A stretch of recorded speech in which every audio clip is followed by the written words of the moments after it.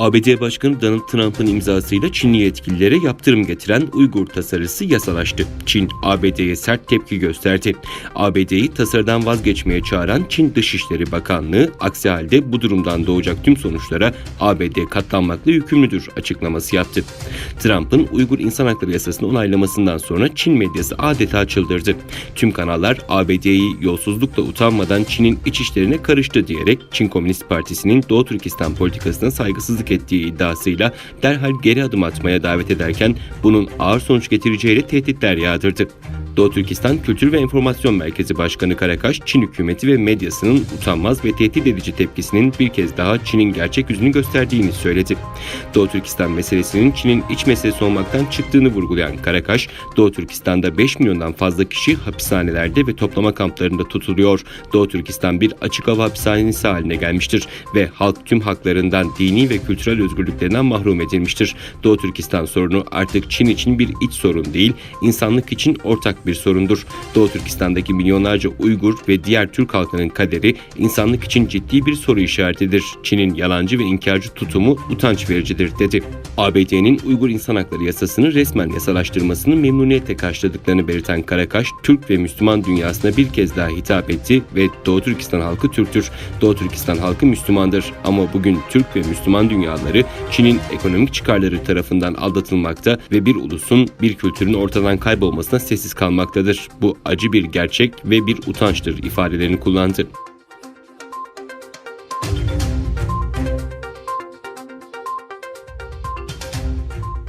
ABD Dışişleri Bakanı Mike Pompeo, Batı demokrasilerini tehdit eden Çin'e bağımlı olmama konusunda Avrupa ülkelerini uyardı. Pompeo, video konferans aracılığıyla katıldığı demokrasi zirvesinde açıklamalarda bulundu. Çin Komünist Partisi'nin diğer ülkeleri ABD ile Çin arasında bir seçim yapmaya zorladığını savunan Mike Pompeo, kim olduğumuzu inkar etmeden bu alternatifin üstünden geçemeyiz. Otoriter rejimlere bağlı demokrasiler bu unvanı taşımayı hak etmiyor diyerek Avrupalı ülkelere uyarıda bulundu. Pompeo, Avrupa'dan Çin mevzusuyla ilgili daha fazla açıklama gelmesini umuyorum dedi.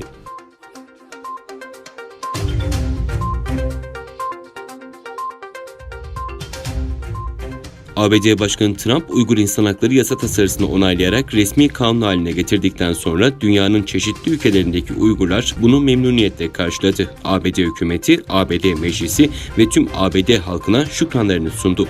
ABD'de yaşayan yüzlerce Uygur, Beyaz Saray'ın önüne toplanarak ABD'nin Uygur Kanunu çıkarmasından duyduğu memnuniyetini ifade etti. Ayrıca Azerbaycan Türkleri de Uygurlara destek mesajı vererek Türk dünyasını Uygurlar için harekete çağırdı.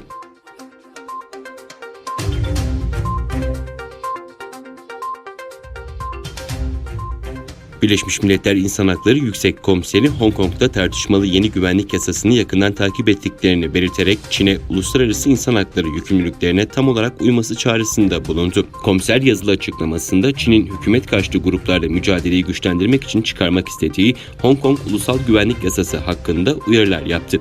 Birleşmiş Milletler İnsan Hakları Yüksek Komiserliği Ofisi'nin konuyu yakından takip ettiğini ve yasayı inceledikleri bilgisini paylaşan komiser, bununla beraber Hong Kong'a yönelik herhangi bir mevzuatın Çin'in insan hakları yükümlülüklerine tam olarak uyması gerektiğini vurguladı.